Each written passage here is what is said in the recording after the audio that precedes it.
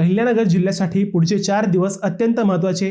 29 जून पर्यंत जिल्ह्याला वादळी पावसाचा इशारा. अहिल्यानगरकरांनो, पुढचे काही दिवस अत्यंत महत्त्वाचे आहेत. कारण 25 ते 29 जून दरम्यान जिल्ह्यात विजांच्या कडकडाटासह पाऊस, वादळी वारे आणि हवामान खराब होण्याची शक्यता व्यक्त करण्यात आली आहे. त्यामुळे जिल्हा प्रशासनाने संपूर्ण जिल्ह्यासाठी येलो अलर्ट जारी केला आहे. वादळी हवामानात झाडाखाली उभे राहणे, उंच खांब, टॉवर किंवा होर्डिंगजवळ थांबणे धोकादायक ठरू शकते.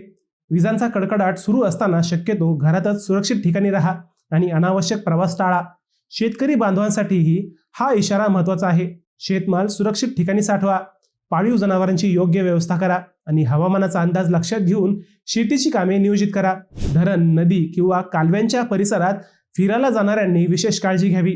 पाण्यात उतरणे किंवा धोकादायक ठिकाणी सेल्फी घेणे टाळा.